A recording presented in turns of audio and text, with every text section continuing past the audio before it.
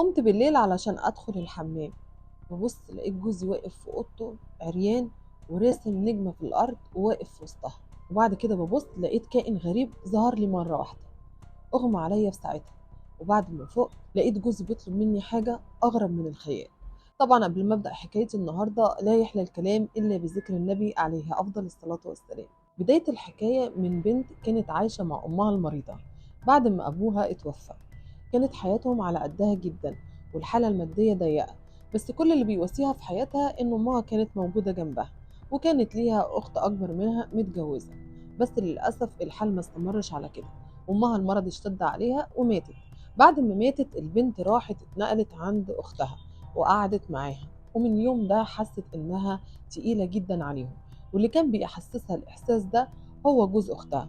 في الرايحة والجاية كان بينبط عليها وإنه قد إيه تعبان، وبعد ما كان مطلوب منه إن هو يأكل فردين بس بدأ يأكل 3 أفراد. وفي يوم لقيته داخل عليها وهو تعبان وزهقان، ولما بتقوله في إيه قال لها أبدا أنا اتأخرت على الشغل وخصموا مني نص يوم. قالت له معلش، وهي بتقول له معلش وبطيب خاطره قال لها معلش إيه بس، أنا زهقت، من بعد ما كنت مسؤولة عن واحدة بس بقيت مسؤولة على 2، وأنا دلوقتي مش عارف أعمل إيه، بدل الشغلة بشتغل شغلتين. ويا ريته عاجب، انا طول الوقت بصبر نفسي واقول بكره تتجوزي ويجيلك ابن الحلال، بس للاسف هيجيلك ازاي؟ هو انت ما عندكيش مرايه؟ بصي شوفي شكلك كده، تخينه وقصيره ومحدش هيعبرك. اول ما سمعت كده انهارت ودخلت على اوضتها وقعدت تعيط.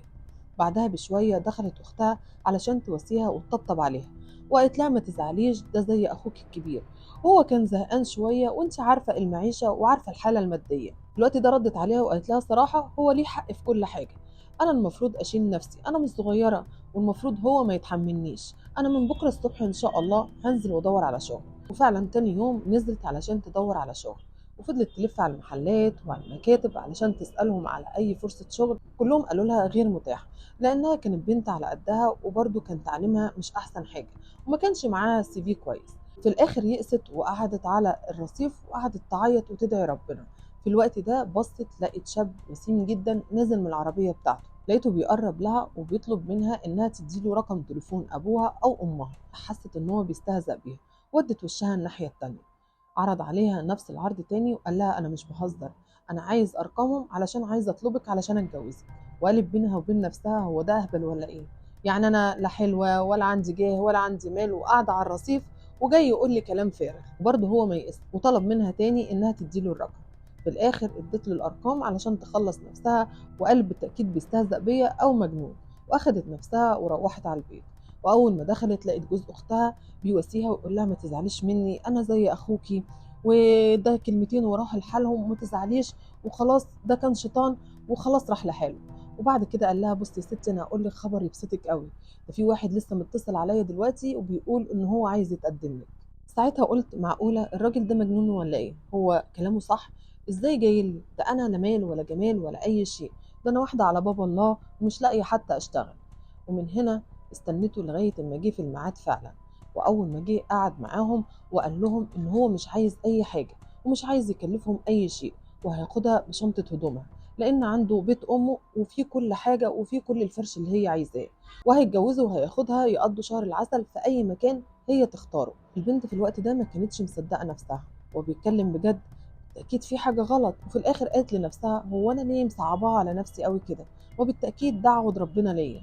وفعلا اتجوزوا واخدها في المكان اللي هي طلبته يقضوا فيه شهر العسل، وبعدها بدا يتنقل معاها من مكان لمكان علشان يفسحها. في نفس الوقت وداها للدكتور علشان تخس، وهي كانت طايره من الفرح وما كانش بتطلب طلب الا لما كان بينفذه لها. وهي خست فعلا ووصلت للوزن اللي هو كان عايزه.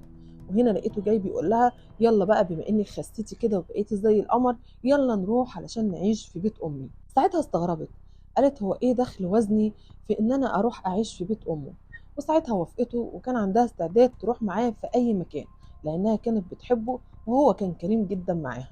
واول ما راحت بيت امه لقت البيت مخيف جدا، شكله مهجور وكأن مفيش حد دخله بقاله سنين وكله تراب وعناكب. واول ما دخلت قالت له طب انت ليه ما وضبتش البيت او بعت حد يوضبه لحد ما نيجي؟ قال لها يا ستي مفيش اي مشكله، انا كده كده ما بحبش ادخل اي حد بيتي، وانا وانت هنساعد بعض وننظف البيت. وبعد ما وضبت اوضه النوم قلت له خلاص انا كده وضبت اوضه النوم، بكره ان شاء الله اكمل بقيه البيت، بس تعالى دلوقتي ننام. قال لي هننام فين؟ المفروض ان انت توضبي الاوضه التانيه.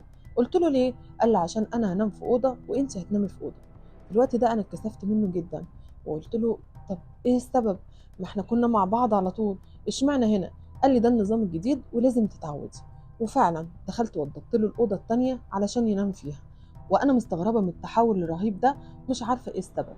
بس كنت بلاحظ كده ان هو غريب الاطوار من ساعه ما رحنا البيت ده، وحسيت ان هو بيكلم نفسه، اسمع دوشه في الاوضه اللي هو قاعد فيها واسمعه بيكلم حد.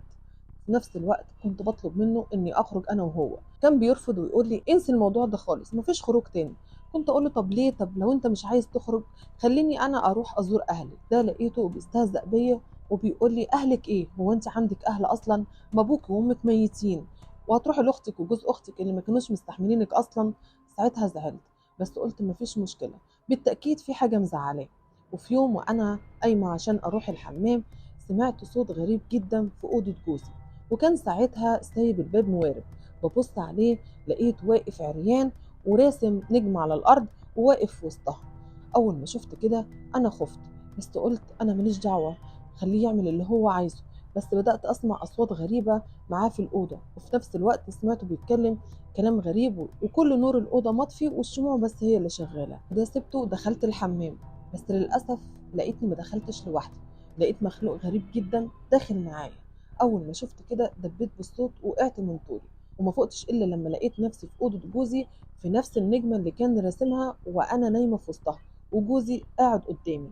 اول ما شفت كده بقول له هو في ايه؟ وايه اللي بيحصل بالظبط؟ بتعمل ايه؟ والمخلوق الغريب اللي انا شفته ده مين؟ في الوقت ده قال لي خلاص آن الأوان إنك تعرفي كل شيء، علشان أنا كنت كل الفترة دي بعدك علشان تنفذي المطلوب منك. قلت له مش فاهمة أي حاجة، فهمني.